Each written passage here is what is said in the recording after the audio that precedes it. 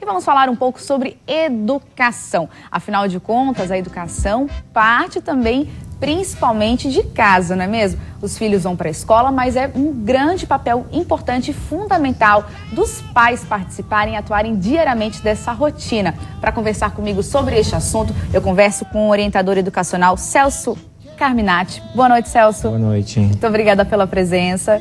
Está conosco também o Mozart Ramos, ele que é conselheiro do Instituto Ayrton Senna. Boa noite, Mozart. Boa noite. Obrigada. E também o Sérgio Roberto Arruda, ele que é professor e também diretor regional do Senai, que aqui também fala conosco em nome da Fiesc. Boa noite, Sérgio. Boa noite. Obrigada a todos pela presença, viu?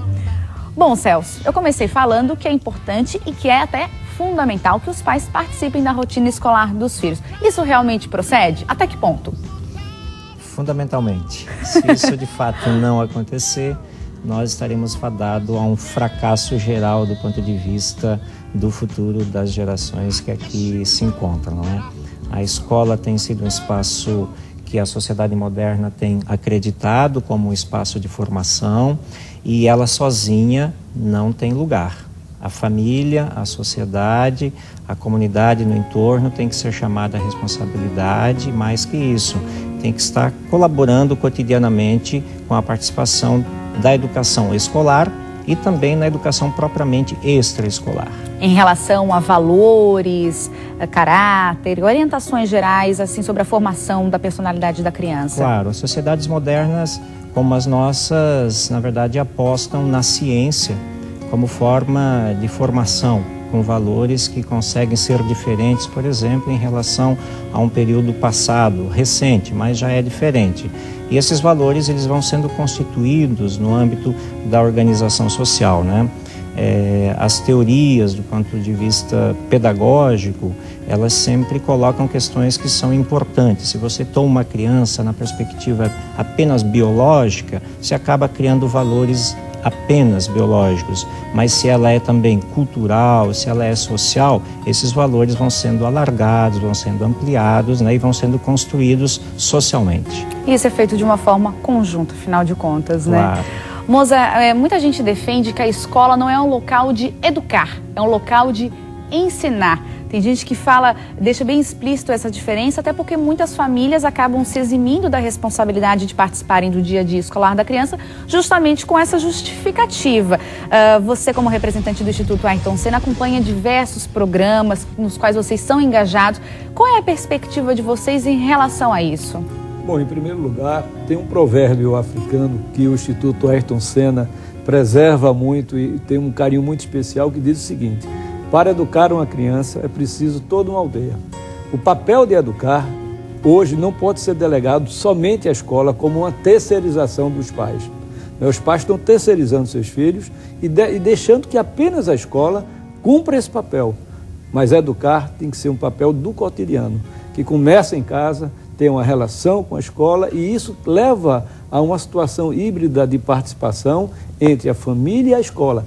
Todos os resultados que o Instituto tem observado ao longo desses 20 anos mostram o seguinte: todas as vezes que nós temos pais engajados no ambiente escolar, participando de conselho de pais, acompanhando o dia a dia dos seus filhos, valorizando, né, e dando autoestima para que ele possa vencer as dificuldades, os resultados escolares são impressionantes. E mais, recentemente, numa pesquisa que foi feita, um trabalho que foi feito na rede estadual do Rio de Janeiro, com 25 mil alunos, numa parceria com a OCDE, que é a Organização para a Cooperação e Desenvolvimento Econômico, mostrou o seguinte: que quando você tem pais, mesmo que com uma baixa escolaridade, mas que eles se dedicam a esse cotidiano escolar dos seus filhos, o nível de percepção e de evolução e desempenho escolar é fantástico.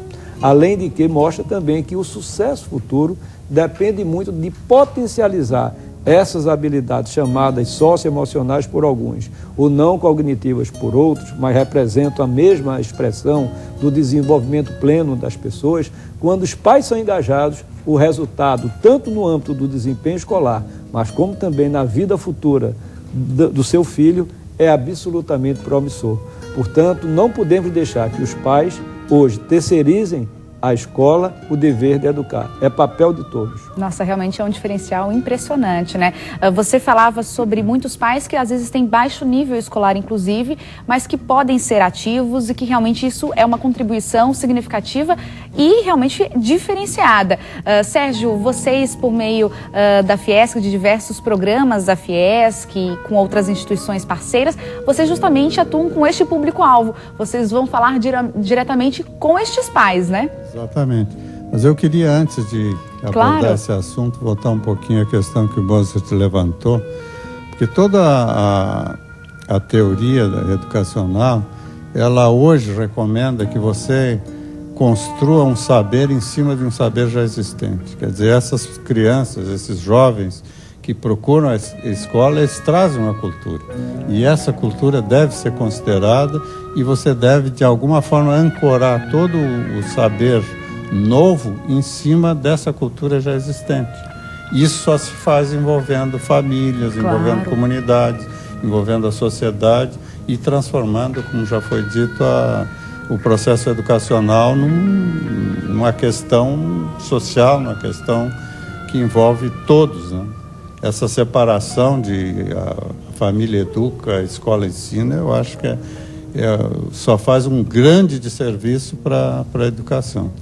Mas na questão nossa, focando na questão da Federação das Indústrias, Federação das Indústrias, se considerar as três casas, SESI, SENAI e Instituto Evaldo Lodge, ela tem esse ano em torno de 320 mil matrículas.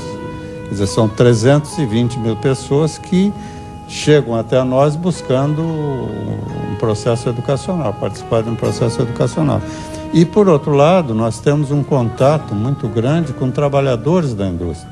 E nós temos aí 800 mil trabalhadores no estado de Santa Catarina, que, de alguma forma, a federação tem uma relação com ele. Claro. Então, a ideia é que, através do movimento A Indústria pela Educação, nós possamos influenciar os pais e influenciar aqueles alunos que nos procuram para construir um projeto comum da família, dos pais e dos alunos. Lembrando sempre que pai é uma função simbólica. Quer dizer que pai é aquele que efetivamente adota a criança e que exerce a função paterna. Não é uma questão de progenitura, é uma questão de paternidade, que são duas coisas muito diferentes.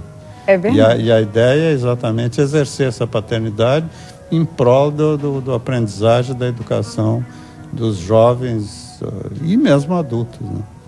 Celso, é interessante porque estamos aqui dois representantes de instituições que fazem trabalhos distintos e complementares.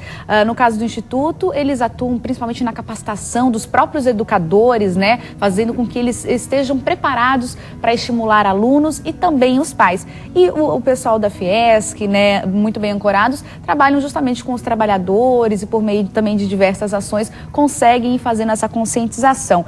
As escolas também muitas vezes promovem isso e chamam os pais a esta responsabilidade, mas há às vezes até uma dificuldade de linguagem, de percepção.